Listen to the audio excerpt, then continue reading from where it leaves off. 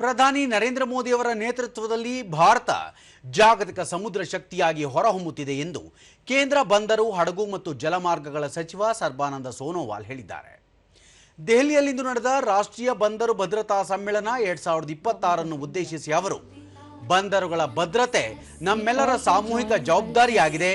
ಅಪಾಯಗಳನ್ನು ಮುಂಚಿತವಾಗಿ ಗುರುತಿಸುವ ಹಾಗೂ ಸಮನ್ವಯತೆಯೊಂದಿಗೆ ಪ್ರತಿಕ್ರಿಯಿಸುವ ಸಾಮರ್ಥ್ಯ ಹೊಂದಿರುವ ಭದ್ರತಾ ವ್ಯವಸ್ಥೆಗಳ ಅಗತ್ಯ ಭಾರತಕ್ಕೆ ಇದೆ ಎಂದು ಒತ್ತಿ ಹೇಳಿದರು. ಭಾರತ ಶತಮಾನಗಳಿಂದಲೂ ಸಮುದ್ರಾಧಾರಿತ ರಾಷ್ಟ್ರವಾಗಿದೆ. ಸಾಗರಮಾಲಾ, ಪಿಎಂ ಗತಿ ಶಕ್ತಿ, ಮ್ಯಾರಿಟೈಮ್ ಇಂಡಿಯಾ ವಿಷನ್ 2030 ಮುಂತಾದ ಯೋಜನೆಗಳಡಿ ದೇಶದ ಬಂದರುಗಳನ್ನು ವಿಸ್ತರಿಸಲಾಗುತ್ತಿದೆ. ಸರಕು ಸಾಗಣೆ ಪ್ರಮಾಣ ಹೆಚ್ಚುತ್ತಿದೆ. ಹೊಸ ಸಮುದ್ರ ಮೂಲಸೌಕರ್ಯಗಳನ್ನು ನಿರ್ಮಿಸಲಾಗುತ್ತಿದೆ.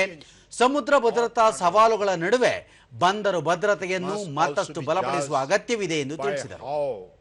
ಆಧುನಿಕ ಬಂದರನ್ನು ಅದರ ಸಾಮರ್ಥ್ಯ, ಕಾರ್ಯಕ್ಷಮತೆ ಹಾಗೂ ಹಡಗುಗಳ ತ್ವರಿತ ನಿರ್ವಹಣೆಯ ಆಧಾರದ ಮೇಲೆ ಮಾತ್ರ ಮೌಲ್ಯಮಾಪನ ಮಾಡಲಾಗುವುದಿಲ್ಲ.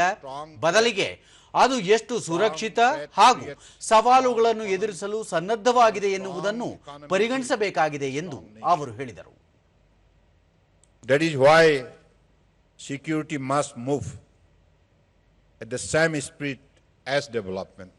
Friends, the security environment around us is changing rapidly.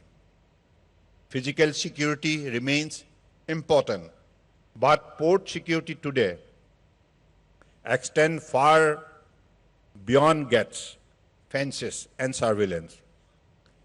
Cyber threat, drone, supply chain disruption, risks to digital network, information system, and critical infrastructure have added entirely new dimension to maritime security.